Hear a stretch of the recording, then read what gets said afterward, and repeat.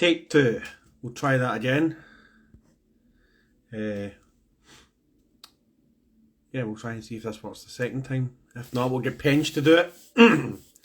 We're doing some weird ringing thing there, so I don't know why it was doing that. Hey, 84 Paints, how you doing, mate? Thanks for joining. Always good to see you on. Hope you're well on this Wednesday evening. It's getting a bit dark tonight, but hopefully the nights will start to stretch. Right, Mark, how you doing, mate? I'm just going to send you an invite. I'll send you both invites. See if you can actually accept the invites. I did invite you, Pen. See if you can accept the invite. Yeah, I've sent you an invite as well, Mark. This doesn't work this time, Pens. You're going to have to host because I'm getting some weird ringing now when I do the lives. Still don't know if I'm restricted by Instagram because I think I'm getting restricted. We'll soon see. Yeah, great track. Mark, if you want to go, as long as you're doing it on your phone, mate, you should be able to. I've sent you an invite, so you should be able to join through the invite. What's it saying, Penge, when you go to accept? Yeah, I did get your request, mate. Unable to join. Mark's unable to join. Right, I'll try and add Mark first, and then I'll accept you. There we go. There's just 20 minutes. and there's Mark there as well. Hey, we're all online. How are we doing, man? I can actually see everyone for once. It's a Christmas miracle. Yeah, how we doing, man? Are you all well? Grand. You hear me all right, Mark? We're doing it live. We're doing it live, so right in front of a live studio audience from around the world in Donegal. Prestige Worldwide. So, Mark, thanks very much for joining us tonight. We really appreciate it, and you're actually the first proper Irishman that we've actually had on as well. So, yeah, thanks for coming on, mate. The way we usually kick this off, I ask the same first question to everybody, and then we just kind of take it from there. Yeah. So, usually the first question is, and this is how we'll start, is how old were you when you first got into Warhammer, and what was your first mini that you painted? I got into Warhammer, I'd say I was probably 13 or 14 years old, I'd say. Yeah, got into it, like a lot of people. I got into it and fell out of it, and then got back into it in the last couple of years. The first mini that I ever painted, God, that is a very good one. I have a fair feeling it was an Eldar Ranger. I started with Eldar and Space Marines. It was either the Eldar or Space Marines, but I can't remember which I painted first. All I know was a pretty bad paint job. And looking at your minis just now, you haven't improved much since then either. No, it's all gone downhill. No, it definitely has been. It's a challenge. Like you sit down, I could spend hours trying to paint it, and you look at it, and you're like, what have I done? I've wasted the last 2 hours. But yeah, that's a good one. I want to say a Howling Banshee or a Eldar Ranger was probably the first model I painted. So how did you hear about it in Donegal? Because Donegal is in the arse end of the northwest of Ireland, so being quite a rural county, how did you first hear about it? Because compared to everybody we've had on so far, they're all from big cities and towns. Yeah. So being from where you're from, Buntrana, I always get confused between Buntrana and Bundone for some reason, even though one's the seaside and one isn't. Yeah. How did that kind of get established in Donegal? It was. I'll never forget it. I remember it was in secondary school, and I think if you're a nerd like me, you're like a fly to shite. You just smell out any sort of nerdy stuff. I remember walking past a couple of mates or lads that I would have been friendly enough with in school, and they had White Dwarf with them, and I was like, "What is this?" and they started telling me about it. They started telling me about the models, the different factions, and all this here. And I know Kieran, one of my friends, he was a guard player, and then Paul played Tau, I think. Yeah, he played Tau, and I was like, "This is unreal. How do I get in?" So I was in from the word jump, and but it was very hard back then to actually buy models. You could only get them up in. We would have to go to Games Workshop, and there was a Games Workshop in Belfast. Um, and I used to go to England every summer. So what I'd do is I'd spend the whole year saving up, and I'd go and I'd just drop, £200 or £300 on minis, and then not paint them for the rest of my life. But yeah, that's how I ended up getting into it. It was through him, and then actually, funny enough, to this day, I ended up, meeting the likes of Shane and Joe, who are still actually playing to this day. I know they've gone it and came back into it. But yeah, it has weaseled its way in, and then getting back into it. I suppose after COVID, I moved to Bundoran and had no decided to move to the beach, and forgot to check the signal and that's before I moved in, and so I had 2 weeks of nothing, like no signal, no nothing, and just got to thinking one day and remembered Jesus Warhammer, and watched a few YouTube videos, and I was like, why did I ever stop doing this? No, money, girls, drinking. But then walking down through Buncrana, I seen a big Space Marine on the down the lower main street in Porter Computers, and I was like, what? Selling Warhammer in Buncrana? This is fucking mental. Went in, and the rest then was locked in. I was like, this is going to consume my expendable income for the foreseeable. Yeah, because every Thursday night in Porter Computers in Buncrana, they have like a games night. I don't think I've actually played against you yet, but I've only spoke to you a couple of times, and you were the first one to brave enough to say that you come on to the podcast. Maybe Shane will come on next and tell us about his experience and the tournaments that he's played in. But how do you find the hobby now that you've come back to it from how it was? Way more accessible, I suppose. And I can't believe how well known,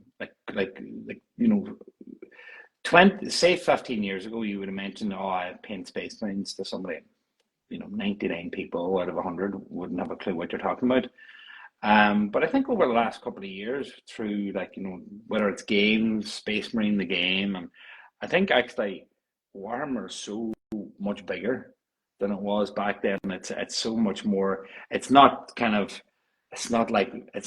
like Marvel or like that, but I could actually see it getting like that in the next sort of 15 years, where it's really mainstream.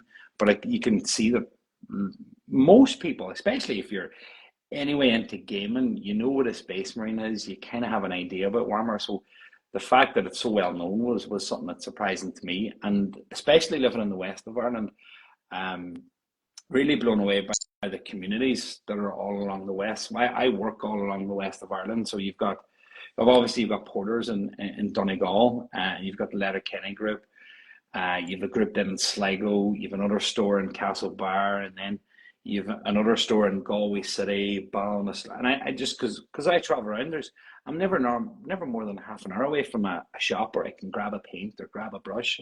Whereas 15 years ago, I had to wait 3 or 4 months, beg my mum, please take me to Belfast, please take me up, or wait till I go to England to Birmingham or something like that, and go to a Games Workshop there. So accessible, and I think obviously the internet has changed that as well. But the local gaming shop scene, I think is really class in Ireland at the minute, I think.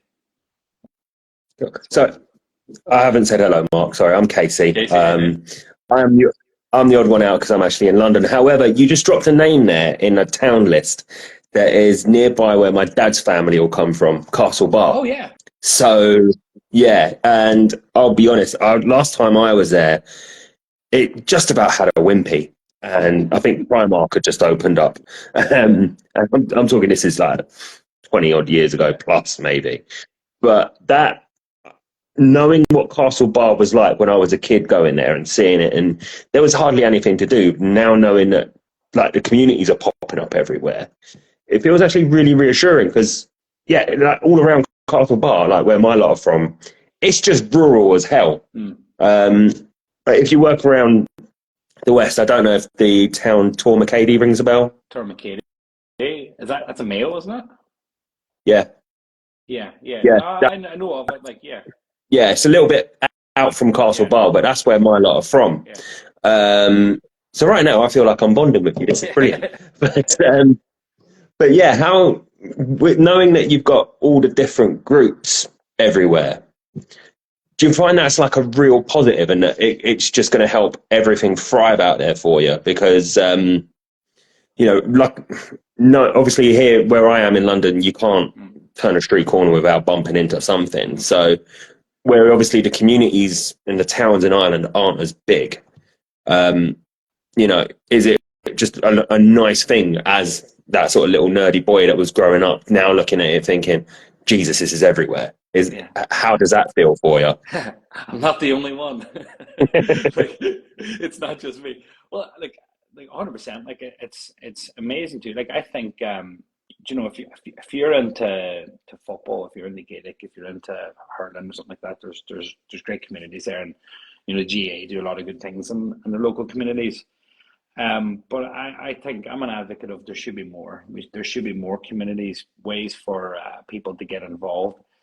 Like what I've seen, probably what I've struggled with, I'd say in the last sort of maybe say 4 or 5 years, is this, you know, your friends that you've grown up with eventually start going their own way. They, you know, whether they're moving away or starting families, and you naturally start to spread away from all the friends that you've developed over the years.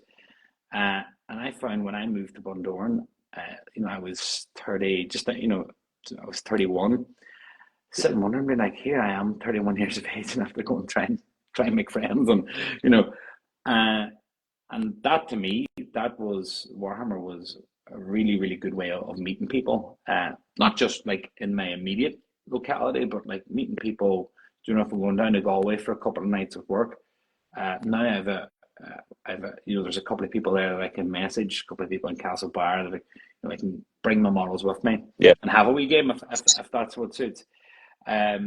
And a good example of that is I live in a small village called Tullahan, so it's just outside Bundoran, and for the last 2 years I've been painting away flat out, and there's a little restaurant that's about 100 meters from my house, beautiful food, and as it transpires, there's actually the chefs and all the people that work in the kitchen, actually when the restaurant closes on a Tuesday and a Wednesday, they'll go and do a games day in there, and they'll play Warhammer.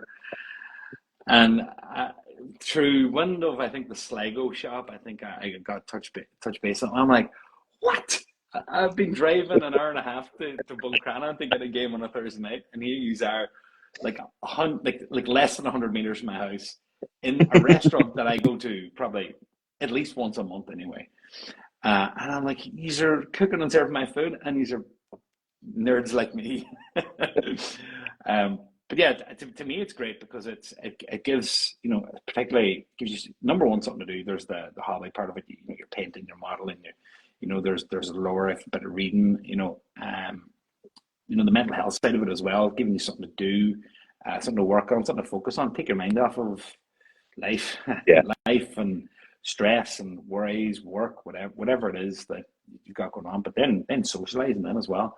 So having those wee circles for me has been great, and you know, I want to see it now continue to grow. I love to see these, you know, connect together, and we can build this almost network along the west of Ireland. Will be a great thing to see.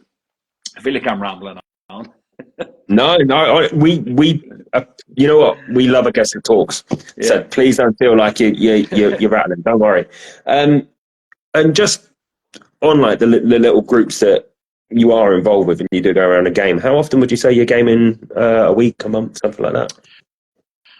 I'd say I probably on average would get at least probably 2 games a month. I'd say that's generally, the way it works, so Letterkenny's group are great. They do one Saturday every month. Porters and Buncrana do it every Thursday night. Mhm. So I find with that, like, my work can be tough at times. Sometimes it's really flexible, but sometimes it's not at all flexible. Yeah. But I used to be able to get once, I'd say once every other week, I would say generally. Now that could be, some months it's every single week, because we might, like, did my first tournament, or first Mhm. £2,000 tournament before Christmas, did horribly. Rite of passage, I think. Yeah. But then, you know, but then sometimes, then coming into the summer, the longer evenings, maybe it starts to fade out a wee bit, and other hobbies take over. Um, but now that there's another gaming club on my doorstep, who knows? I feel like I'm a bit of a gaming club slut at the minute. That's not a bad thing to be, as long as you Yeah. don't get a reputation, you're fine. So, and what is it you're primarily playing at the minute? Is it just purely 40k? Anything else you're dabbling in, or? Oh yeah, 40k. 40k is kind of my first love. I play a bit of Lord of the Rings as well, Okay. but generally 40k is where I spend most of my time, most of my money as well.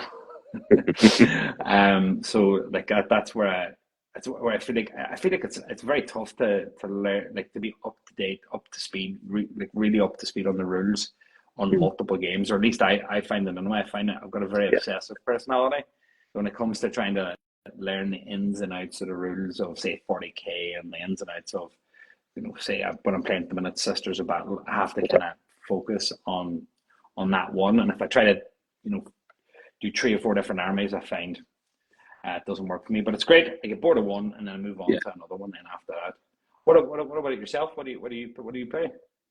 So, I mean, I'll be honest, I've not actually played a proper game in donkeys. I've dabbled with Kill Team Kill Team, for yeah, 40k, just because it's like, for the mates that I had that were getting into it, it was just nice. They could pick up a squad, off yeah, they go. You don't have to chuck the investment of a 1,500, 2,000 point army yeah, straight away. But I will say I do have a good chunk of Space Marines. I've got Necrons on the go, Necrons, yeah, and with my kill teams, I've got 3 built. I've got a Space Marine one, a Gene Stealer one, a Chaos one. yeah. I've got a Mechanicum one on the building table. It's just because it is literally just a squad done. Mm. And it's just a nice, simple project, just to, like, a little refresh Yeah. almost for myself there. You've taken me off with my next question, which is brilliant. I love it. But where obviously you sort of said about your local boys in your restaurant that you go to, do you think then, if like a couple of you got together, that maybe there might be 1 or 2 extra in your town that pop up, like maybe some of the other groups that you go to, they're like, oh, I'll go up there, and that you're sort of growing it a bit more? Oh, 100. Like, I've seen no evidence to suggest otherwise, because all Hmm. I've seen is, the more I kind of engage with shops and wee pockets, the more I run into people Yeah, that are into the hobby, or and it doesn't even have to be 40k too. It can be, some people are into Warcry, or some people don't even have to be Games Workshop. Some people yeah, Star Wars, or even Magic and stuff like that. Like, again, like, the more I speak to people, the more I just find out, oh, really? There's a group of people in Ballinasloe that play? Jesus. I'd be out in Ballinasloe that time. Give me a shout. I'll bring the stuff with me. Um, I haven't seen, like, and you see it on Reddit too, people asking, all parts of the country. So I think I seen somebody was looking for a group in West Donegal. So it'd be no surprise to me that there ends up being a group out there as well at some point. I think the hard part is actually just connecting the dots. The mm, hard part's actually, let's be honest, it's not exactly the coolest thing in the world. It's not, but it's something that some people might find, they might keep to themselves a wee bit. But me, I could care less. But it might be something that people are a bit more, that keep it themselves. They may assume that there's nobody out here that's into that. Little they know that, probably a couple of doors down, somebody Yeah. can be into it. So it'd be great to see. I don't know what that would look like, but some sort of a, even just like a map with lights that you can just turn on, that somebody's out in Dunlow that plays Warhammer. Oh, excellent, or wherever it may be. Like, but I just can see it growing and growing, and it's a testament that you're seeing shops opening up. You're Yeah. seeing, Games Workshop opening up in Derry. You're seeing Games Workshop opening in Galway, and that's, we'll see if it has an impact on the local shops. Hopefully not, but the independent retailers popping up everywhere. It's proof that something's happening. I know the demand is there for the models, the content, and then I just would love to see more events. We have an event happening this Saturday in Letterkenny with a small 400-point tournament, Okay. and that's there was, to our knowledge anyway, was the first Duncan was where he first met. It was probably the first 40K tournament in Donegal. So now this week will be the second, and let's see that happen a couple of times a year, and then maybe someone else, other groups start setting up their own tournaments as well. And I can just see it grow. I can't see it stopping, to be honest. Amazon shows down the pipe as well. Like, that's just going to elevate the popularity. And I think as well, like, see, doing like the podcast that we do as well, I think that connects a lot of people as well within the hobby, and that's why we went. Like, we have had on the bigger guests like Graham McNeil and Peachy and Duncan Rhodes and Chris Tester. I mean, but we like to have the lesser known people on, or just the normal run of the mill like us on, because then that's how people make connections and they get to know. I think what you were saying there is a brilliant point. Like, you don't care, but I think like maybe a 14 or 15-year-old wee boy who's a wee bit more inverted within themselves, they do feel it's a bit geeky. But now that we're all 40-year-old men and we've managed to snag a woman, you know what I mean? Like, I think we can bring our inner geekiness out and they'll let us go and play with our wee plastic soldiers. So, like, you're doing the 40K for 40 minutes this Saturday in Letterkenny, which is another great tournament. Unfortunately, I won't be there. I was supposed to go to a fishing AGM, but I'm actually having to go to Kildare to a hospital appointment with the wife. So I'm even getting to that now. Do you see like more tournaments being done within Donegal and like the Republic of Ireland now that you've came back into? Is there more that you're aware that are happening? Yeah, well, to me, I never heard of a 40K tournament until I got back into it, a couple of years ago. And I think it's through the tournaments as well. Even going to tournaments is just meeting people as well, putting names to faces as well. I think you might be in a Discord group, but actually going and having a couple of pints with a few lads that you played 40K with that you might have never met before, I think it adds something to it as well. But you're seeing now, like, you've a big tournament in Castlebar twice a year.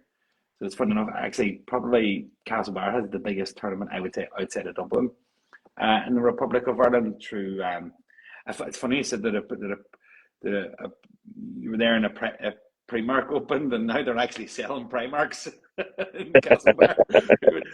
Full circle. But yeah, so Broadsword Wargaming, we shop down there. They run really good tournaments. I know some of the lads from the group were at it just last month, and that's a 60-player tournament, and it's sold out in 40 minutes. I couldn't even get a ticket because I was, as usual, just kicked the can down the road. 40 minutes it took it to sell 60 tickets, in Castlebar. If that's not proof that, there's demand there. The only thing that's holding them back for more tickets is space. They don't have enough space. There isn't a venue there isn't a venue in the west of Ireland to put, like 50, 40K tables. There isn't a space big enough for it. Well, not that I know of anyway. And that's probably the challenge now, is for the big events like the 120. You're, at the minute it looks like probably Dublin, but if you look, there's always something happening in Bangor. There's Exploding Dice, and there's a couple of other events like that. Dublin, there's always stuff happening in Dublin, and I've seen there's stuff happening in Cork as well. Donegal, let's see. I'd love to see more tournaments happening.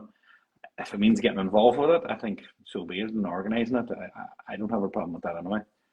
I think as well, because it's such a rural county, but you have to travel everywhere. Like you're an hour away from Buntrana to get to the Thursday night games. I'm about 40 minutes, so it is a bit of a trek to get there. And then when the dice gods haven't like been on your side, it's a long drive back. Like after that 40K tournament we did in November, December, that was an emotional drive back. I was just ready to like kill myself at one point because I was just so emotionally drained. So like it is growing. I do see it as growing, and it's just so good to see it growing as well. Like, but my question is, which I actually don't know what I was going to ask now.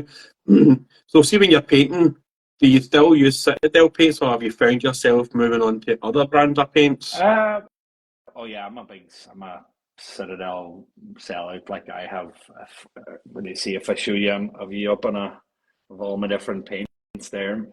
I don't know if you got a good enough view of that. I have started dabbling with a few other brands. Vallejo is one that I'm playing about with. I got a couple of them. Yeah, they're pretty good. I think I prefer these dropper style bottles. I find I am very bad for leaving the lids open, and then what happens then is you get paints that well, they're not exactly paints no more. So that's my pallid witch flesh. That's I think I got about 2. That dries out like anything, though. You open that up, and as soon as that touches the air, it's chalk. So I wouldn't worry about that. Yeah, that was, and then, but yeah, I like the Citadel paints for the most part. I see people giving gripe about them, but they're probably pricey. To be fair, like you go and buy one paint, it's a couple of quid.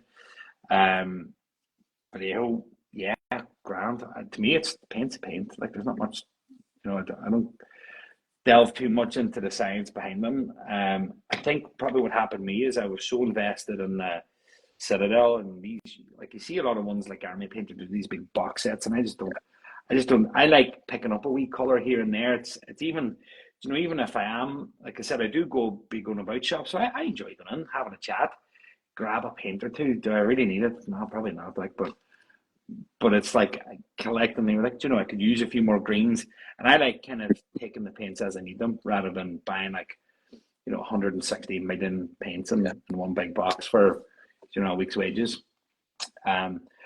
Maybe like I don't mind Vallejo. I like them bottles. I'll probably end up picking up a few more. Might try Duncan.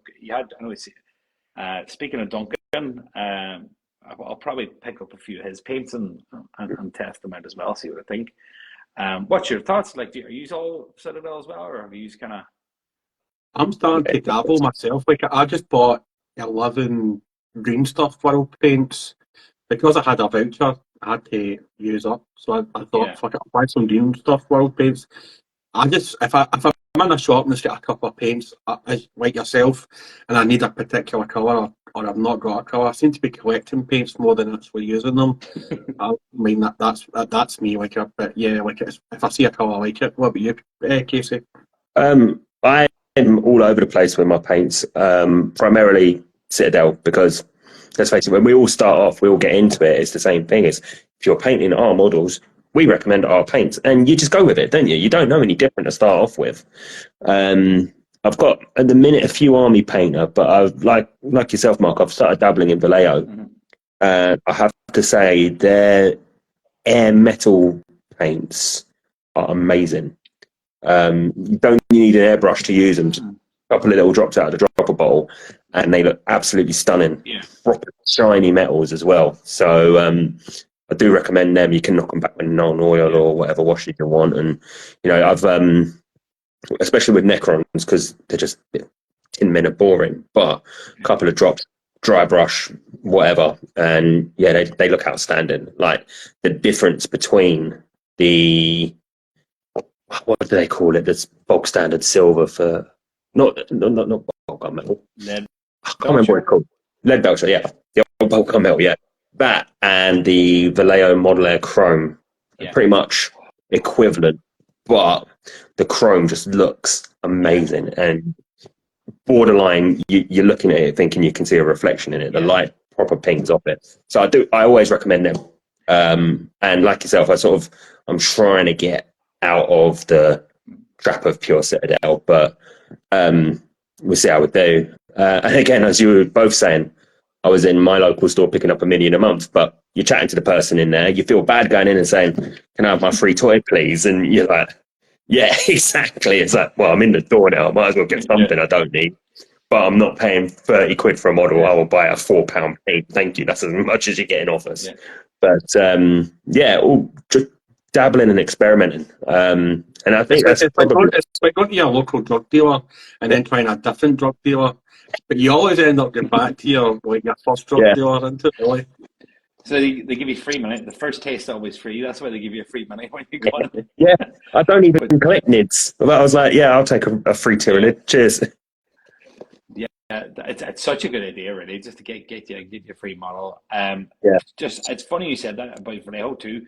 Maybe it's their metallics, because I use it's actually again on the recommendation of Ollie in Broadsword. He says Tinny Tin by Vallejo. It's like a bronze. I've got that. Unreal. Yeah. It's my Rune Lord brass has been cast aside. It's a really good paint. So I think I might actually take you up on that and try out the it's the air metal and then the chrome. Model Air Chrome, yeah. Model Air Chrome, yeah, because I think I've seen that mentioned in a few videos as well. So I love my metallic, so I think I'll have to give it a go. You know? So just to come off the hobby just now and just like kind of delve into yourself. You said to me privately earlier on that you'd actually taken a bit of a social media break. Was there a particular reason why you took that break? Was it just you just wanted to stop seeing stupid Instagram and Facebook posts every 2 minutes when you were checking your phone? I wanted to stop giving you material. Holy moly! I suppose I just didn't. I don't find it adds any value to my life anyway. You know, no harm to anyone if you know what it was? It was a New Year's resolution last year. I just deleted Facebook, Instagram, and of course, you can access it in the web too. So I always check in. Check your messages, see if anyone's sent you a message or whatever. But I just find didn't miss it. I didn't find that it added much value to my life. It's good to keep in touch with people, but sure, if someone wants to get in touch with me, I have a phone number. They can pick up the phone and ring me. Discord and stuff like that. So I tried it out for a month, and you know what? I had a lot more free time. I wasn't spending 15 minutes, 20 minutes, half an hour just doom scrolling. I probably spent that time paying models or something instead. So tomato one bad habit for another. At the end of the day, but I just find it's not very. It wasn't productive for me, and I found myself always engaging, just looking at photos, looking at people, seeing what they're at, not really focusing on what I'm at. So it's very much an outward looking way of going through life. You're looking at other people, what they're doing, what's going on out there. And it's just distracting you from what you're doing. This is what I found anyway. So I found it really, really healthy. Just, fuck this. Deleted a lot of them. And I'll do that sometimes. When I was messaging one of the lads, I was going back with him for about an hour, and I was like, happy days, a few videos sharing. I'm like, right, good luck. This has been deleted again. That's really, really what I've found anyway. And I'll probably delete it after we're done tonight, to be honest. I did that with my Facebook. I was getting so engrossed in Facebook. Like, I woke up in the middle of the night to go to the toilet. I was checking my Facebook, and then I took a decision 3 years ago to delete it. And then it came up to the 90 days. It said, "Are you sure you want to delete your account?" And I was like, "Yes, 100%." And then I joined the fishing club I'm part of, and they went, "Oh, you need to have a Facebook." I was like, "Are you fucking kidding me on?" So I then had to reopen a new Facebook, but I think I've only got like 8 friends, 9 friends, but I don't use Facebook unless it's for the fishing club. And with Instagram, like, I'm a sucker for recipes on Instagram, so like Instagram is and we use it for the Inquisition. I think that's my main crutch is like Instagram. This now, like it is quite addictive, as you say, that doom scrolling when you're sitting watching the football or painting them anyway for a layer to dry. Yeah, look, we all have our vices, I suppose, as well. But I just found all I did was just spend more time on things that were giving me value. Like having a positive impact. So that half an hour, or hey, if we even was just sitting doing nothing. Sometimes I find you have ideas when you're sitting. I learned a lot by not having broadband for 2 weeks and no signal, just sitting with my own thoughts after the craziness of the last sort of couple of years. It was torture. There's no point. It was fucking horrible. But on the other side, you look back, you was like, geez, I actually did a lot of reflecting, a lot of thinking about myself and what I'm doing, and why I've moved here and what I'm doing with my life, where I'm going, plans. But if you're just watching funny videos, like just distracts you from I suppose your own, the space between your own ears, and that's what I find really really good about painting is that it just allows you to switch off. But at the end of that hour, or at the end of that 2 hours, you've something to show for it, and you get that bit of pride, and you working on skills or honing skills. I think to me is something that's part of me. Learning, progressing, doesn't matter what it is really, is always something that's been I find helpful for my mind if I'm not improving at something, or at least trying to improve. It's like if I'm stagnant, that's when the demons start poking out. It's actually interesting. Yeah, it's actually interesting you're saying that, because recently I'm in a bit of a hobby lull, and I find I do this with like my hobby in. I just ditch it for a couple of weeks, come back to it. I'll go off. I'll watch films. I'll watch telly for a bit. I'll do something else. And it's always interesting that I do come back to it, or I come back to looking at social media after a while. But I think it's good that you're giving yourself that sort of refresh every now and again. Oh yeah, like, and that to me, it's again too, and you can see it too. I don't want to be that person that's like young kids these days, but you do find like the social skills and social ability people is generally declining. People don't have the same emotional intelligence that they had before. They don't have the same resilience to confrontation. Like working in the retail industry, like I seen that through COVID. It was like, fuck me, people's ability to converse just went down the tubes. And yeah, like I do worry about kind of that next generation that kind of grows up, because I think we're all in that kind of age group where we had that little bit of we had developed, I think, enough as people, and this thing was introduced kind of in our teens, late teens, or early 20s or whatever. But people that are growing up with this, they're 6, 7, 8 years old and they're already on Instagram. Like that's I don't know. Like, we'll see what happens. Yeah. I suppose. Wait, my granddaughter, and probably your son's probably the same, Pens. Like my granddaughter's 4, your wee boy's 5 now, and like my wee granddaughter can't tie her shoelaces, can't spell, but he can use YouTube. Oh, yeah.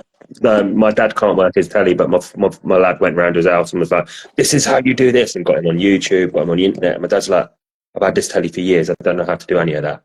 What's worse, for his birthday, we got him this fake mobile phone thing, which he can message anyone that's got the app for it, which is great, because we want him to. We know it's going to be a big part of his life going forward. And it's probably best that he gets an idea of some skill of it.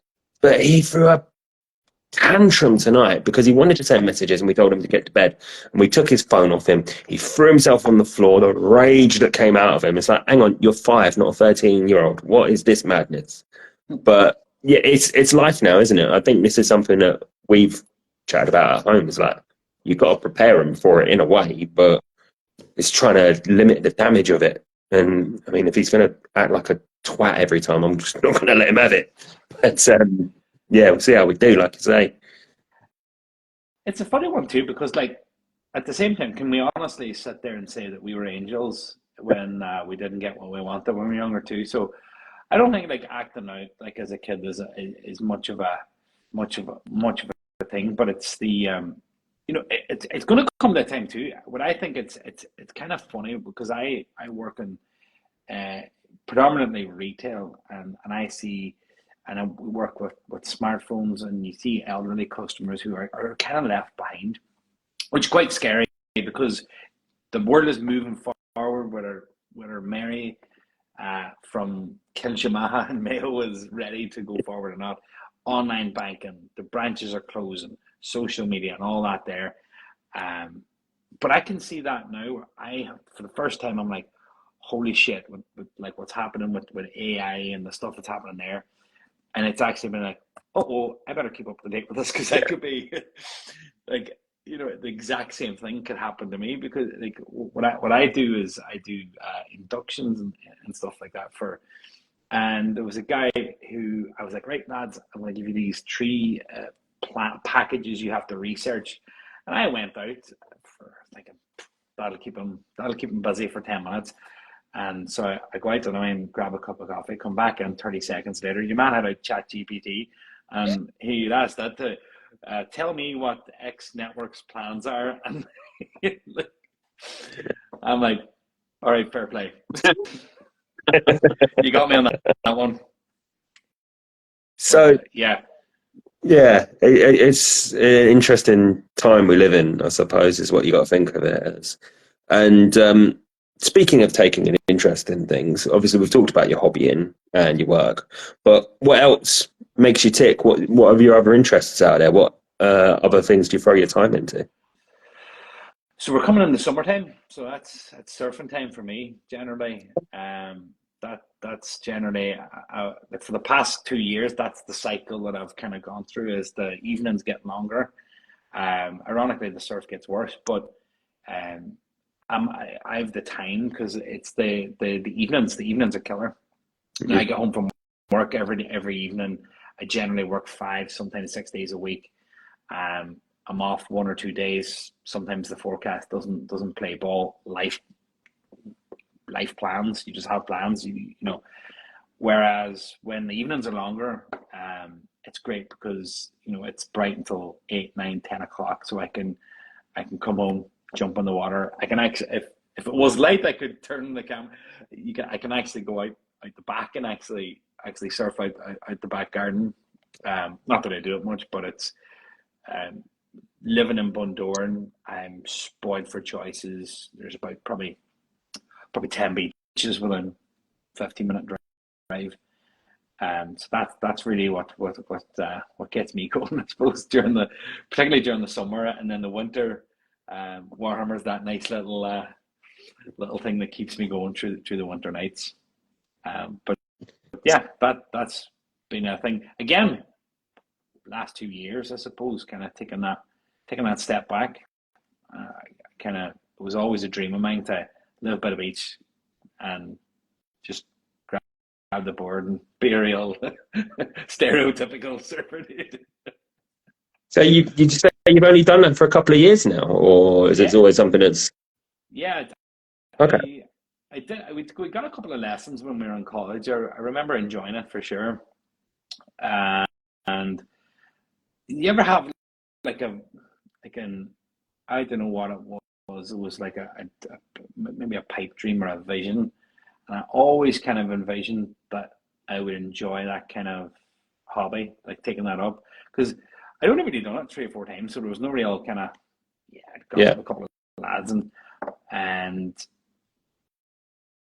when I moved to I moved out of Galway. I lived in the city there for a couple of years, and I wanted to get kind of closer to home, but not so close to home because Buncrana is out of the way. It is 2 lefts and a right from where you need to be. And so like when I work in the west, a big difference in being 4 hours from home and 2.5. So I looked at basically from Sligo all the way to kind of South Donegal. That's where I wanted to live, as close to the water as possible. Couldn't surf. But I was like, I just had it in my head that I was like, I'm going to move there and I'm going to learn how to surf. And that was going to be that. I'm going to get good at it. I'm about as good at surfing as I am at painting. But yeah, and I moved here kind of with that in mind. Bought a board, and do you know what? It was a really, real godsend. From those times there, living alone, hour and a half away from any of your friends, there was definitely times there where, it was definitely a bit of loneliness. And Mm. that was a real, luckily, like my sister lives nearby, and I do have people that I know in the area. But sometimes when Sunday comes around, there's nothing to do. You just grab the board, go out, and clears the mind. It's 2 or 3 hours of, like, you put it this way, you can't worry about being skint when there's a 10-foot wave coming at you. Like, that, that's the, you're focused on not drowning. And you come out of the water and you're spent, you're absolutely exhausted, and that to me is, it takes you a couple of hours just to kind of come down from that euphoric feeling of like, Mm. geez, it's great. And I think everyone should have something like that, whether it's, I don't know, cycling, running, fishing is another really good one, where you're just out there with your own thoughts, or without your thoughts. Sometimes is sometimes a good thing. But what about yourself? What's the vice? For me, I've actually just started running. Yeah. I hate it, but I enjoy it. It's I ran 2.5 kilometers this morning, and I absolutely savaged myself before work, and it was just like, why am I doing this? And then I felt great for the rest of the day. Unbelievable. Yeah. Yeah, it's such a bizarre one, and apart from that, it's cursing myself and going to watch Crystal Palace every week. So yeah, that's the reaction I get off with everyone. No, But wasn't it your sporting director now is apparently going to come to United as well? they might have dropped interest now on old Doogie, but it's a weird one, a completely weird one. But they are my outside of life, outside of work things, And it's like you say, I go to a match, I sit there, I chat to my dad because he sits next to me for the game, and like all we chat about is the game, is the team. We don't talk about life. We don't talk about my mum. Don't talk about my kids, the family, anything like that. It's just like, that's a shit pass. That's a shit pass. And it's cathartic almost that you've just got something completely separate to life. And yeah, sometimes there's, like you say, you just come out of it like drained because you're just like, why am I doing this every bloody month? But you've got the other high of it of like, that's great. We've just smashed someone. So that's it. It is, like you say, it's just that escape from life. And I think more people need to acknowledge that they need to have something like that, but also if they do have something like it, to just be proud of it, I think. And you were saying earlier about 14, 15-year-old boys when we were doing the hobby and stuff, like, you wouldn't have told a soul because someone's going to punch you and call you a geek. But now you just, like someone said, like a mate said to me, oh, why do you still do that? It's like, because I enjoy it. Yeah. What do? You sit indoors and play Xbox 4 hours a night. Same thing. Same thing. So, yeah. It's when you find somebody, like, there's a guy in my work, and I hadn't met him for like the first 2 years. I was conversing with him in like Teams, and we started talking about Star Wars, and I thought, I'm thinking in like painting like Warhammer stuff. He's like, oh, I'm into that as well. And it's like, I think, especially with COVID and lockdown, I think it really did amplify men's mental health. And like, it's you need to have something. Like, I go to Finn Harps every week. We're absolutely shite, and then I put myself through even more torture by watching St Mirren on a Saturday. You know what I mean? And then, like, I go out with I've started going to the gym now in the mornings. The last couple of weeks, I got the gym class with the missus. My mission for 2024 is to see my toes without the aid of a mirror. So that's my mission for 2024. But we as men, we need to be able to like converse our feelings and just be able to do something, not have that fear of being like slagged off. And just women like can do it. Like, women can like go and do their thing, and it's perfectly fine. But if a man was to turn around and say, all you hear is like, oh, man up. And I've been guilty of saying that to the IT guy upstairs, like, to man up, like when he's spraying deodorant on his arm because he thinks it's funny, and gives yourself a first degree burn. Great. you know what, though, actually, you've just touched on something, but it's, I don't know if they do it in Ireland, but it's the World Book Day thing at the minute. And all the kids going to school in fancy dress, they pick their favourite book characters. And he wanted to go as a Mr. Man. And we're like, all right, okay, how the hell are we going I think he's froze. And London it, internet, you know what I mean? Yeah, that he's... He's just doing Mr. Mime. should have done Mr. Mime, but yeah, like I've just sat there for a couple of nights just stitching stuff, and it just feels like such a weird thing to do, but you're zoned out. You just like needle in, out, don't stab self, in, out, and smashed it. Yeah, I mean the smiley face looks really sinister. I'll tell you again. Like that's a serial killer smile. but yeah, it's something like I'm definitely not going to take it up full time, but it was interesting enough and fun enough to do for a couple of nights. I think any activity where you're just focusing on like running's a great one. Like running to me, it's my worst enemy.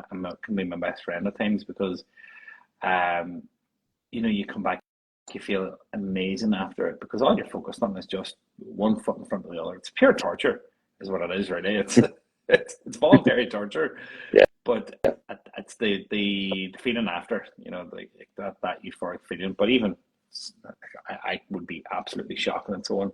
But just you're focusing on that thing for the however amount of time it is. Or sometimes you look up at the clock, you're like, oh my God, is that 2 hours? And you're switched off. It's important to have. It's important to do those things, and I think it's you said like we're talking about. I think it's part of growing up. It's part of growing, becoming an adult is where you realize that what's important in life is me and my family, and that's about it. Yeah. Everyone else can jog on really because worrying less about what people think of you, I think, and worrying more about what you think of yourself, I think is the important thing. And and it's great to see the last couple of years that there's more of an open dialogue, I suppose, about men's health. You see Movember now is much it's pretty huge, which is great. I do it year round, as you can see. the old 80s porntage is coming back, I see. That was always back. It never left. So usually we ask people like, what would you rather drink, Pepsi or Coca-Cola? But see, because you live in Ireland and you do a fair amount of touring, as they say, about the counties and the northwest and all over Ireland, might slightly change it this week. So there's like 2 big tea brands in Ireland. If you go down south, it's Barry's tea, and if you're up more north, it's Lion's tea. What do you prefer yourself, Mark? Are you a Lions man or a Barry's man?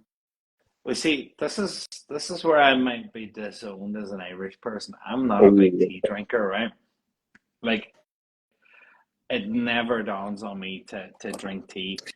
Now, I would have always gone Barry's tea. Would have been, if I'm having a cup of tea, it would have been Barry's. I bought a box of Barry's when I moved into this house, and that is over 2 years ago. That box of Barry's is still up on the shelf. And it has been swiftly pushed aside and replaced with a bag of Tetley. So I'm going to have to say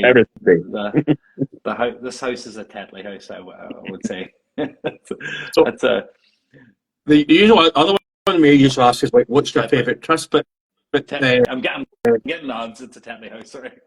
So usually we ask, well, what's your favourite type of crisp? But in Ireland, again, you've got Tayto in the north, Tayto in the south, and you get King's. What would be your preferred brand of crisp? And have you been to Tayto Land? Oh, I've not been to Tayto Land now, but it's Tayto all day. Yes, Tayto all day for me. King to me is a glorified little brand. That's what it is. And like King crisps, King crisps are a little brand. That's I get so excited over here when I go into the shop and they've got Tayto, and I'm like, yes, just mad excited about it because it always just takes me back to being a kid in that little pub in the one-horse town that my dad's family are from, and you just sit there and you get a Coke and a bag of Tayto shoved in your face every half an hour, and it was the best days of my life. But is it Northern Tayto or is it Republic Tayto? Because they're 2 different brands, aren't they? The Nordic Tayto and the Southern Tayto, they're 2 different companies, aren't they? I knew politics would come up eventually. It's got to bring it in somehow, hasn't it? Yeah. Well, it started with Tato, and then we're talking about Brexit. It's just a natural progression. Yeah, the Good Friday Agreement, it was bound to come up at some point. We might as well just get it out of the way. Well, having a former Brit on, it's always going to be asked. Do you know what I mean? So, yeah. So what is it? The packaging? It's yellow, isn't it? In the north, the Tato packaging, it's yellow and red, and then it's red down the south. It's south all day. But funny, we were talking about this the last day. Tato came out with. Do you remember this? Tato came out with a chocolate bar. yeah. Where they I was on Dragon's Den. Somebody did that in Dragon's Den last week. Like, it was cheese and onion. It was a bar of chocolate with cheese and onion Tato through it. And then me and the missus were watching Dragon's Den last week, and some woman picked us up, mate. You're like 5 years too late. Tato did that during fucking lockdown. We have tried and failed at that already. Next. So, your good lady. Well, when I was on that car back from the tournament, you were with your lady. I hope you still are, because I'm about to start asking about your good lady. How does she get involved with you in the hobby, or is she just a strictly like go and paint? I can go and watch some Grey's Anatomy. Definitely, I have to say like first it was funny. We were talking about you would sometimes hide it as well. I kept my hobby very much quiet for the first couple of days. There's no doubt about that. There's no doubt about it. There's no point in lying here. And and then it was there was no hiding it then in the house, because it's your pain to see. I was like, don't worry about that. That's just I paint. What do you know? But yeah, I have to say, fair play to her. She actually has got involved. She's painted a couple of models as well with me. We've played a couple of games, actually, Lord of the Rings. As well, I find Lord of the Rings is a great game because it's so much simpler than 40k. It's a bit more logical. I mean that, like, there's the rules in it is like, oh, that makes sense, because you want to climb a wall, roll a 1 and you fall over. That sounds about right. Roll a 6 and you pop up and you move. And so yeah, she's painted a Mordor troll, and currently working on a squad of possessed. So she's going to start an Emperor's Children army. Well, it's a squad of 5, and it has progress is slow, but we've vowed to make progress this weekend. So yeah, I helped me with my bases as well. Actually, for the tournament in Castlebar, funny enough, we had like a factory line where I was frantically painting minis, and I would go there. And Taylor was basing it up and getting them ready. So without her, I would not have had a tabletop ready army for Castlebar. That's for sure. And it was funny thinking back to, there was one day we went to actually a comedy show in Dublin. We went to see Tom Segura, and on the drive back, I can't remember what it was, but I was just rambling on. And next thing, and a couple of days later, she had like a couple of like talking points on her phone. Not a couple, a lot of talking points. And she's like, okay, I've been looking into the lore, and like, orcs like to fight. That's correct. And I was like, okay. Huh? 50 bullet points. Sorry, I've been corrected. And that was like, okay, yeah, this is it was pretty good, because again, something you would have been maybe embarrassed about when you're younger, but like, I'm like, but it's cool. It's that we tag team certain models. We work together and stuff, and we get a very occasional game of Lord of the Rings in. A long-winded way of saying yes. Sorry. Long-winded ways are always the better way of saying yes. And I think the chat appreciate that. Someone's in there, Colin Painting Adventure, saying that you've got yourself a keeper there, so that's a result for you. Because I've tried to get my other half to dabble, and she's like, no, I'm not going to touch it, because I would enjoy it too much. I would get addicted. It's not happening. So yeah, she somehow I've been trying. I got my boy to paint his first one the other day, and it looks like an utter abomination. But he's proud of it, so yeah, maybe he'll work some magic. I don't know. It's actually funny that you did comment on Lord of the Rings, because I did want to try and get back round to that. It's something that See, just before you do that, right, I'm getting my countdown again. I think I've been Oh, there we restricted on go. Instagram, so we're going to pause it there, and I'm going to cancel it, and then we're going to do another video. This will be part 2. So we'll be back in 2 minutes, folks. Don't go anywhere for Mark's continuation of his Inquisition. Every fucking time, Instagram. Fuck off. Hi, folks, and we're back for part 2 of the Inquisition with Matt Doherty from Donegal Dice Fingers and Casey, who is actually on time this week. Who would have thought? So yeah, we'll just wait for everybody to jump back in, and then we can begin. Alright, Willie Steam, sorry. How are you? Alright, Colin, thanks for coming back. Thanks to everybody for joining back. We do appreciate this. Hopefully Instagram will let me do unlimited time in my videos again. Well, yeah, hopefully soon. Just send a request there, Mark, and I'll accept your request, chap. I love this. Right, thanks for joining, Tag. It took me years to actually pronounce Tag right.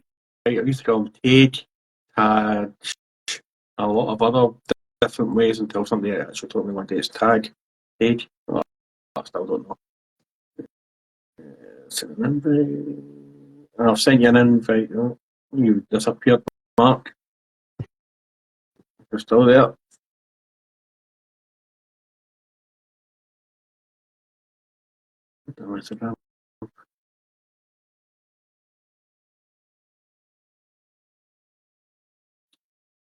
So I hope you have all got anything planned at the weekend. I will be going down to Finn Park on Friday, shouting abuse at anybody who used to play in Scotland, and insulting their various family members and children. I'm trying to accept you there, Penge, but obviously it's not playing the game, so I might stop and restart because it's a pain in the hip. Right. Have you time, man? Accept. Unable to join. That's usually a good sign. There we go. Are we live? Yeah, we're live from Donegal. I'll accept you again, Casey. For some reason, I think I put on a couple of naughty comments in somebody's video during February, and I think I've been restricted for some reason. So I only get an hour, and then it gives me a countdown. Back on. Yeah, it's the Instagram with Dick. So I can see Mark, but I can't see you, Casey. But as we all know, it'll be all right. It'll be all right in YouTube. So continue your line of questioning, Casey. I think we left for you anyway, mate. A big sexy Donegal head on him. I love comments like that. So yeah, we'll just sort of. Me. No, you're not Donegal. You ain't got a Donegal head. So I think where was I? I was going to lead into Lord of the Rings, wasn't I? I was going to sort of say, because that was a weird one when I remember Games Workshop got it, and it just sort of like hit you with it. How did you first pick that up? Lord of the Rings, I think it was the magazine. When I think back, massive fan of the films. Obviously, like probably my favorite. Watch them every year. I'm pretty sure it was the magazine that got me into Lord of the Rings initially. Yeah, it was the Lord of the Rings initially, and funny, there was a year we had a Spanish student stay with us for a year, and I got him massively into it as well. So he used to always play Lord of the Rings. And hey, look at that, like service. She's definitely a keeper. Oh. Even though she's from Derry, she's definitely a keeper. Oh, no. Again, back to politics. Yeah. So, and then it's funny enough. Through getting back into Warhammer, then I kind of was like, initially, I was shocked that they hadn't updated the models. Some of the models that they're still using today were the models that you would have got through the magazine or through the. But I just couldn't believe it was still going. Yeah, Like it's such an easy to play game. I think was what I always loved about it, because even 40k back in third edition Mm. when I would have been playing, oh man, it was just like so many rules. I used to make up half of them, as I went along. I'm like, Yeah, eyeballing. Sure, that's 36 inches. Yeah, yeah, I'm in range. Because yeah. You always measure on your fingers in the end because you're just like, yeah, that's about right. Yeah. yeah, I know exactly what 6 inches is. Yeah. um, but yeah, and it was actually Taylor that picked up the intro box for Lord of the Rings, the new edition. Hmm. But was mad. It was like riding a bike, because it was different, but it hadn't changed much. Yeah. I always remember the in the way test. You shoot an arrow, 1, 2, 3, you hit the wall. 4, 5, 6, you hit the boy behind the wall. Very, very intuitive, very, very easy, and it would be the game that I would use to try and get people into tabletop war games. So if somebody does come up to Bundoran for the weekend, I try and squeeze in a wee 10-minute quick game, 10, 15-minute quick game. Do you collect Lord of the Rings models at all, or is it? I'm on the fence at the minute because I've got through my partner, one of her workmates. He used to be into 40k as a kid, and he's since finding out that I do it now. He's jumping head first into it. But Lord of the Rings is his primary thing.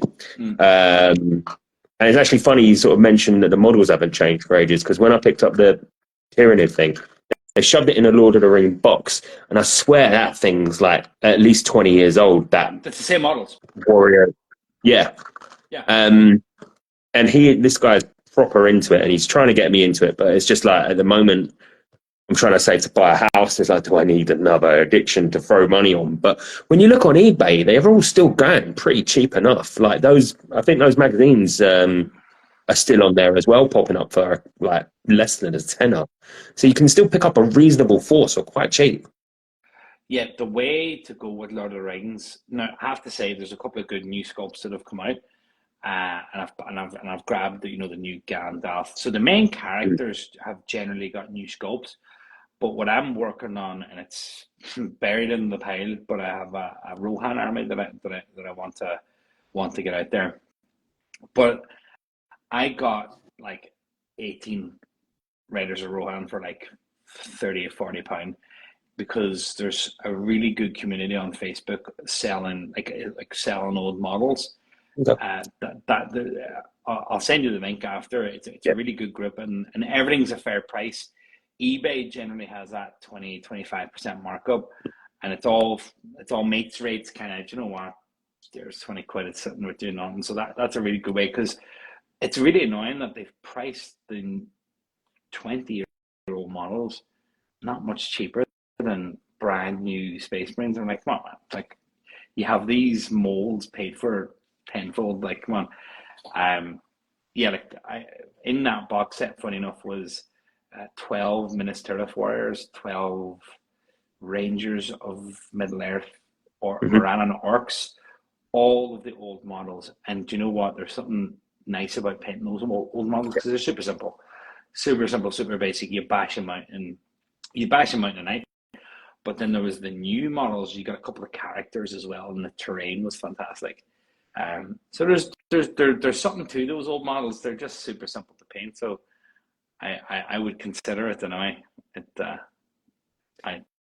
I think I'm looking to get into something, but I just don't know what it is yet. I've like painted more or less every Death Guard model I can get. Maybe just apart from my Hellbrute and a couple of guys for the Death Stride, but I'm working my way through my Grey Knights. I'm just hoping that they can get an upgrade, but I just don't know what else I fancy painting, and that's where I'm struggling just now. Something that's going to entice me into painting it. So I'm waiting to see. I'm always looking, but I just don't see anything I fancy painting yet. You know what? I think this is something I've mentioned to you before, Dunk, but the old game Mordheim from back in the day, which was basically Necromunda for fantasy. donkeys and donkeys ago.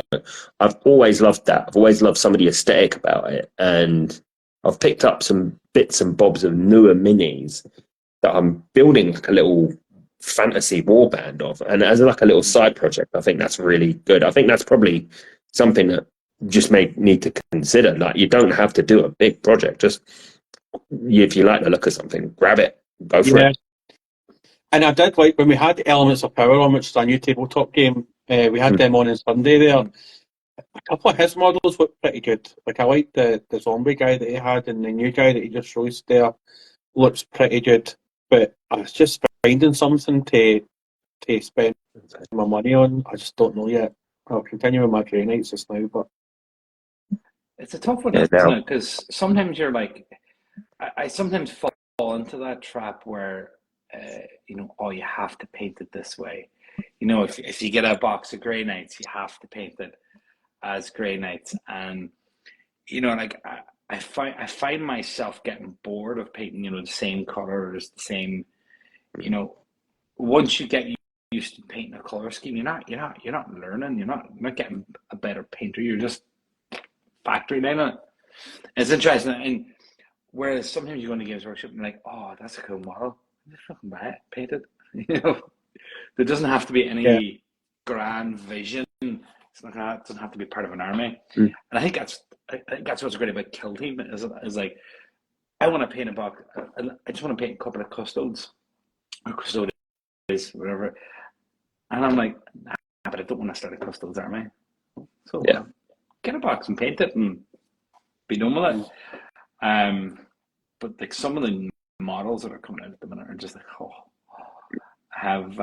I picked up the World Leaders Christmas box set, and so I have Angron sitting in the cupboard there. So that's going to be but I've messed up, right? Because Sisters is my main army, so they're red. I've painted Order of the Bloody Rose. They're red, and then I got the Leviathan box last year, and I painted my Tyranids the red scheme. It's a red scheme. And then I got World Leaders. I'm like, what color? Red. I'm sick of painting red, so I'm half tempted to paint them like the Horus Heresy scheme and to be done with it. I don't care that it's not the proper scheme, because at the end of the day, I pay for them. They're mine. I can paint them whatever color I want. yeah. And it took me a while to actually figure out what colour to paint my Grey Knight, because I didn't want them to be that metallic colour. And I was messing about with ChatGPT, like putting in different colours and seeing if they match. And I just decided to do them a dark grey, so I'm using Eshin grey as a base colour, and then I'm putting an orange contrast on the lettering and then highlighting that with red. And it seems to work so far, so it took me a long time to actually decide what colour. I think that's half the battle, isn't it? You want your army to be different from what everybody else is painting as well. Yeah, like it's because I suppose I'm definitely like I started when I got back in. I started painting Ultramarines, and it's not because they were the poster child. It's just because I think the blue and gold looks like, and I love that Roman sort of aesthetic. There's some great models, Gilliman and stuff that I've painted up over that. But again, it's like when I went to the tournament, and I'm like, I slapped that arm and I'm like, fuck yeah, this is cool. And then I look around me and I'm like, shit, there's like 5 other armies that look like mine. There was something and it was very vain of me to think that way, but it was just like, I want mine to kind of stand out, and that's something that I think about, where I like that my Sisters of Battle are not the standard black armor, red robes. And again, it was funny that we had 1,000-point tournament, was talking to her like, Bloody Rose is just the meta. I was like, are they? I was like, sweet. Happy days. I just think the red armor looked cool, to be honest. And they like cutting off people's heads and going mad for combat. That's what, if it's meta, happy days. And it took a while for, I think if you start painting models just for the sake of these are good, in the meta at the minute. It's just a recipe for disaster, I think. Yeah. Yeah, something I've always thought of is like, I know I don't play that much, but if I'm going to do something, I want to look like I'm having fun with it. I want to enjoy what they're playing with, even if they're an absolute dog shit unit. As long as I can have a bit of fun, that's what's more important to me about anything. Yeah, 100%. Because like if you're going and playing a game, with someone locally, like you're not, like it's no fun for anyone if you just show up and you're dead. If you just wipe them, you want to, you want to, if it's if you're helping teach somebody, obviously you don't teach somebody anything if you just wipe the floor with them. You want to make it challenging for yourself too. So bring the things that are crap in the meta and try and play around that. Like I'd say it's like if you were playing Eldar for the last couple of months, I'd say it was like boring because they were so good. Like I'm not that good anyway. So even when I went to the tournament, I didn't find myself playing those meta lists because I wasn't, I was losing or drawn. I think it's like that LVO thing with I think was it Eldari and Necrons was the final, and I think everybody expected your boy just to wipe the table with the Eldar player. Yeah. That expected the Eldar player to just destroy the Necron guy, and then he like put his obelisk or monolith, you would fucking call it, at the back and won, and like everybody was like, oh my fucking god, like. So seeing me things like that against like an army that's really powerful, it's good to see as well. Like trying something different as well. Like I think when I did that tournament up in we used up in December, man, that was just so much learning. Like, but it was so good, but it was so much learning. Yeah, like I suppose people go into a game or a tournament with maybe different priorities. Like, but my priority or was anyway, number one, have crack. Have crack, have a good time, enjoy yourself. Ultimately, you're going away to a hotel in Castlebar to spend 2 days in a room with 60 other nerds. Come on, like, what are we talking about here? Let's not take ourselves too seriously here. Let's not. This isn't a UN conference. Like, it's I want to drink beers, have a bit of crack, have a bit of fun. Second that too, like I want to represent myself well. I want to know my rules. I want but I want to learn, get better, and then winning. Then for me, anyway, comes maybe third or fourth from that. Because if winning's top, that's where you're just chasing like, oh, this is good. So I want to have 5 of the, three of all the good things, and like fun starts to be like, what are you gonna do? You're spending a weekend, a lot of money. Come on, like I'm there for a good time. And the same in Donegal, like, all right, yeah, I took some meta stuff to that, but ultimately, then I wasn't there to win. I was there to have a good time. That again was still priority. I want to enjoy myself. It's my day off. If I wasn't going to enjoy myself, I'd do something else. I just don't see the point in doing something that's not fun and enjoyable. And my fun and enjoyment isn't dependent on winning. If that makes sense. Sometimes you win, sometimes you lose, and I always like to learn from that. Whatever it is, take it away and say, Jesus, what could I have done better? Get better at the strategy side of the things, which is where I probably do have a lot of room to grow on. So we've got about 5 minutes left because Celebrity Big Brother's on at 9, and I love Celebrity Big Brother. Right? I know. It was Love Island. We had a couple of breaks because there was no Love Island, but Celebrity Big Brother started back, and I have to go for 9 o'clock for Celebrity Big Brother. So if there was one, this is going to be like probably one of my final questions before like Penge bombards me with his last few questions. If there was one model that you'd like to paint again from scratch, what model would it be? Morven Val, I would say. My Morven Val model, I would say. I'm proud of it for sure, but I'd like probably another pop at that. I think there's a lot of kind of character models I've painted. I'm like, yeah, that was probably as good as I could have done at that time. And that one, I'm like, do you know what? I could have done better with that. That's probably More, the only model I can think of. more for the enjoyment of painting it. I mean, like, if there's a model you could paint for the first time again, sorry, what would Oh, that okay. model be? All right. That's an interesting one. I would say, that's so. What would I like to paint again? For you've got me with that one now.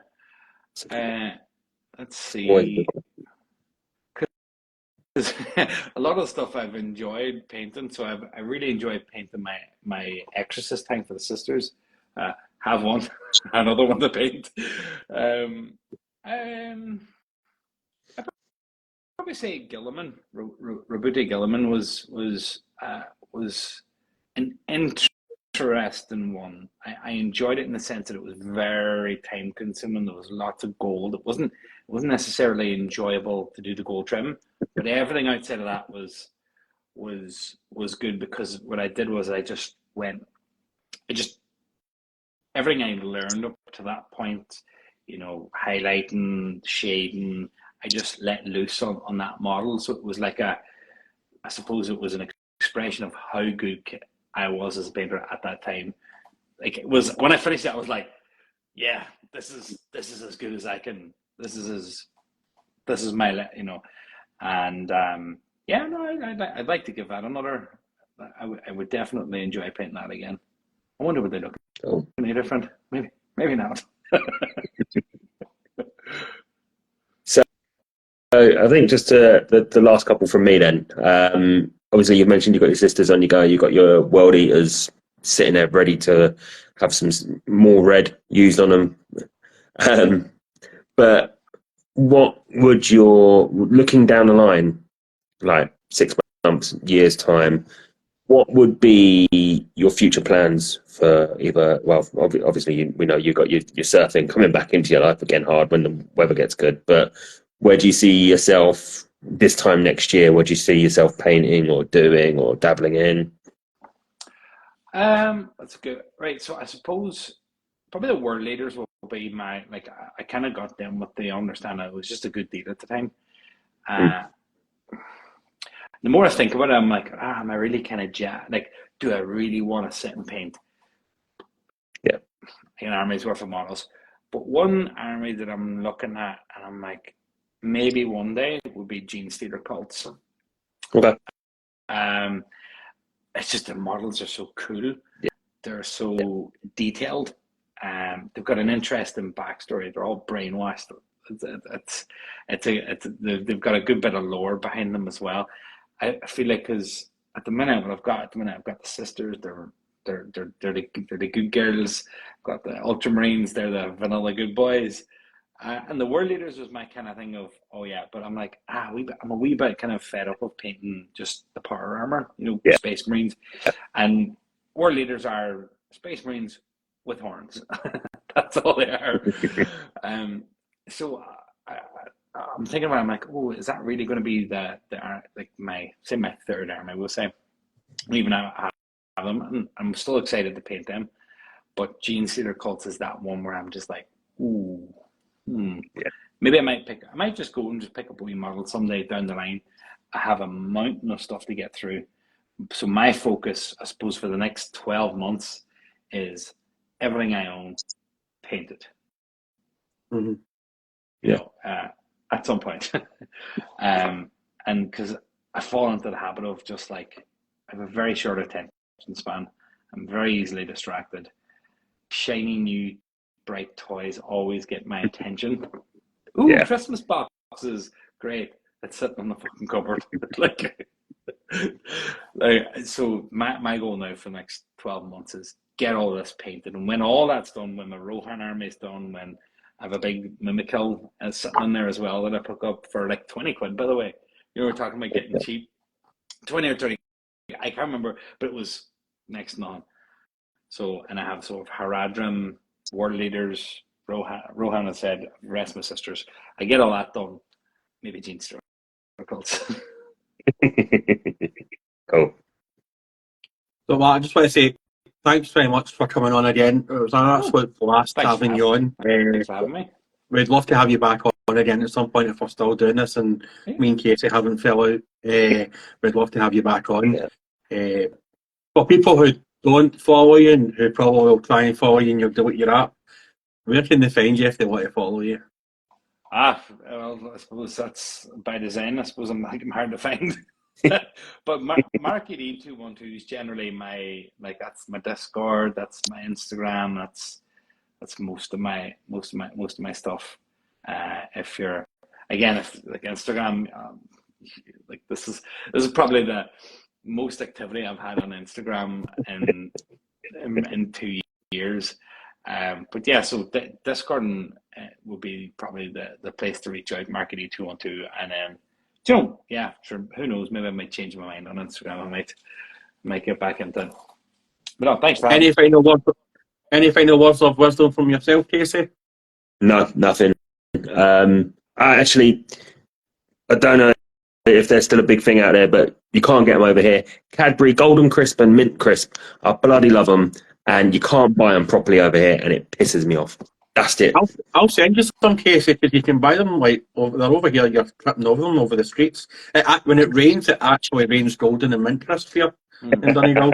I'll send you some over some Mega Minis as well. Fucking love Mega Minis. You'll be going over with a trench coat, Duncan, with mint crisp on one side of your coat and golden crisp on the other side. Yeah. Chopping it up on the table. And yeah, man, thanks very much for coming on. I need to go up to watch Celebrity Big Brother and see what Leah Walsh and what's her face, Sharon Osbourne are doing tonight. Join us next week, folks. I can't actually remember who the guest is because I'm terrible right now. And we'll be back, but next Wednesday, same back place, same back channel. Thanks again, Mark. Have a lovely evening, folks. Thanks for joining the Inquisition. See you. Bye. Bye now.